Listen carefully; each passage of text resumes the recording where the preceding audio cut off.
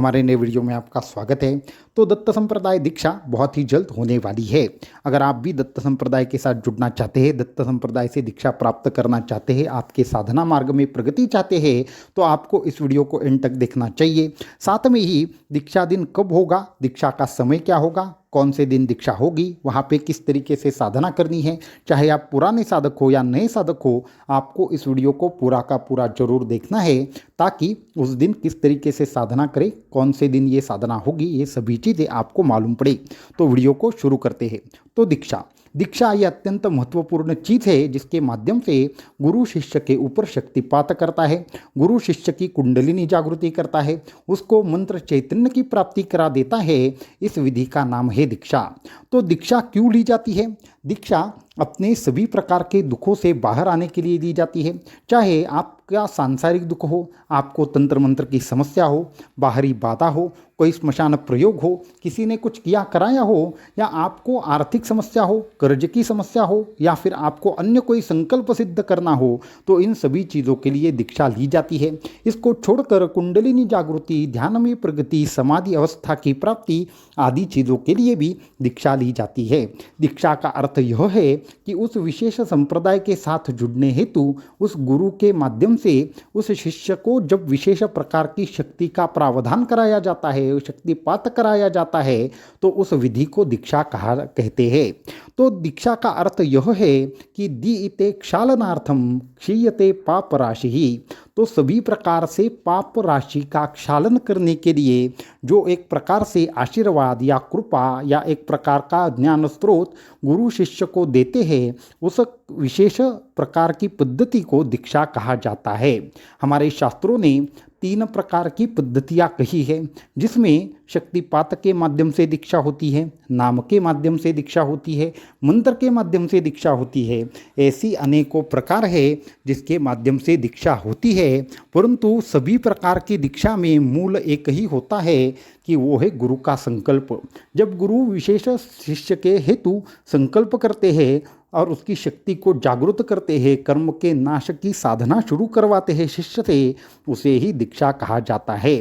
तो ऐसे दीक्षाओं में हमारे यहाँ पे 3 प्रकार की मुख्य दीक्षाएं होती है। उसमें से 2 दीक्षाएं हैं, नाम दीक्षा है, दूसरी शक्तिपात दीक्षा है, और तीसरी है गुप्त बीज मंत्र दीक्षा है।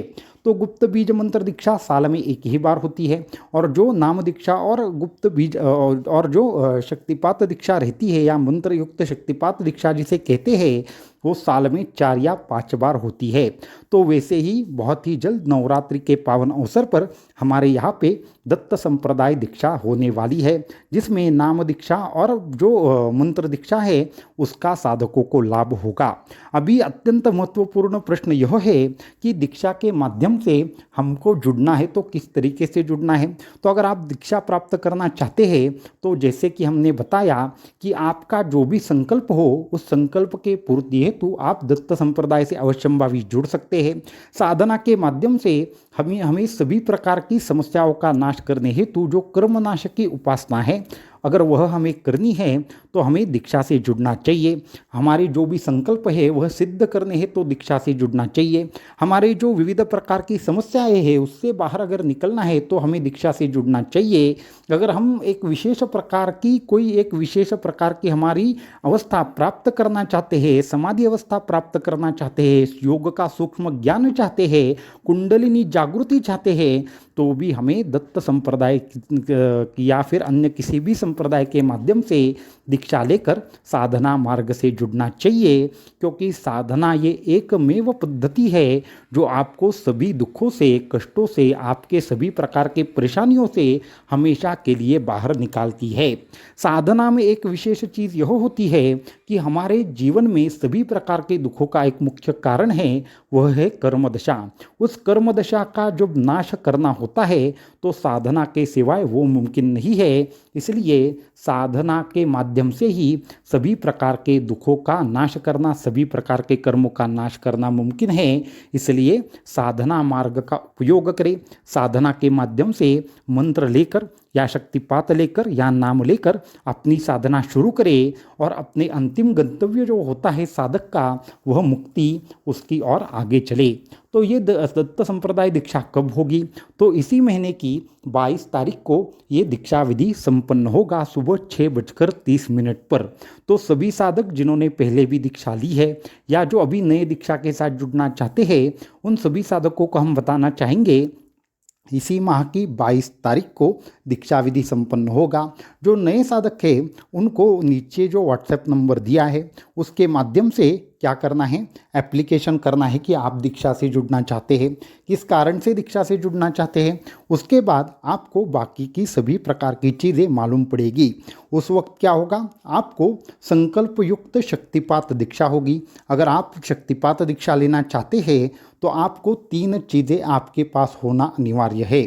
एक आसन, दूसरी माला और तीसरा है साधना मंत्र सिद्धि सिद्धांत पुस्तक जो हमने लिखा है, उसको आपको पढ़ना है, सभी चीज़ें समझ लेनी है। दीक्षा के लिए जो साधना करनी है वो आसन पर बैठकर ही करनी है। बिना आसन की हुई साधना कभी भी साधक को सिद्ध नहीं बनाती, ये भी सभी साधकों ने याद रखना है। इसलिए हम सभी को कहना चाहेंगे कि आप साधना मार्ग में आ रहे हैं तो हर संप्रदाय के अपने अपने नियम होते हैं, वैसे ही हमारे यहाँ पे आपके पास आसन होना चाहिए, अनिवार्य है। दूसरा, जैसे कहा हमने कि आपके पास माला होनी चाहिए और तीसरी महत्वपूर्ण बात है साधना मंत्र सिद्धि सिद्धांत पुस्तक आपको पढ़ना है। ये दीक्षा कैसे होगी? तो ये दीक्षा संकल्प से होगी। संकल्प का अर्थ यह है कि हम यहाँ पे कहीं भी हो और आप कहीं पे भी हो तो आपको आपके घर में उस विशेष समय के ऊपर बैठना है और आपके नाम का संकल्प किया जाएगा और उस संकल्प के माध्यम से आपको उस वक्त दीक्षा होगी। जिस भी मंत्र की दीक्षा होगी वो मंत्र आपको पहले से ही ईमेल के माध्यम से बताया जाएगा और आपको बाकी की क्रियाएं जो भी वहाँ पे अनुभव है वो अपने आप ही अंदर से प्राप्त होंगे, क्योंकि ये जो दीक्षा है वो उसमें मुख्य संकल्प होता है। तो इसलिए जो भी साधक दीक्षा प्राप्त करना चाहते हो वो व्हाट्सएप के ऊपर अप्लाई करें। तो जैसे कि हमने कहा 22 तारीख को दीक्षा होगी, तो पुराने साधक जो भी साधना मार्ग में बहुत समय से है, जिन्होंने पहले से ही दीक्षा ले रखी है, वो भी साधक उस वक्त बैठेंगे। वहाँ पे नवरात्रि चल रही होगी, तो इस शक्ति के पावन अवसर पर अपने अंदर की शक्ति को पुनरुज्जीवन करने का एक और अवसर आपको मिल रहा है। जैसे कि आप सभी साधक जानते हैं कि जब भी दीक्षा होती है तो नए साधकों के साथ में पुराने साधकों को बैठना अत्यंत आवश्यक है, क्योंकि उस वक्त आपको फिर से एक बार वो अनुभूति आना कहीं न कहीं पे मुमकिन होता है। वापस से एक बार आपको एक शक्ति की अनुभूति आती है और वापस से आपकी शक्ति जागृत होती है।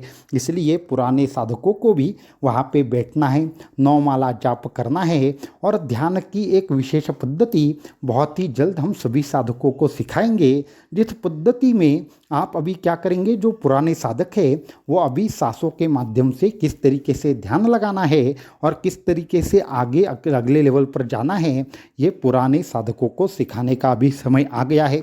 इसको छोड़कर जो भी साधक अपने अपनी संकल्प सिद्धि हेतु दीक्षा लेना चाहते हैं उनको संकल्प सिद्धि दीक्षा बहुत ही जल्द प्राप्त होगी। तो संकल्प सिद्धि दीक्षा के बारे में बहुत ही जल्द बताएंगे, किस तरीके से उसका ध्यान होता है, क्या क्या चीज़ें होती है। तो संकल्प सिद्धि दीक्षा बहुत ही जल्द हमारे यहाँ से दी जाएगी।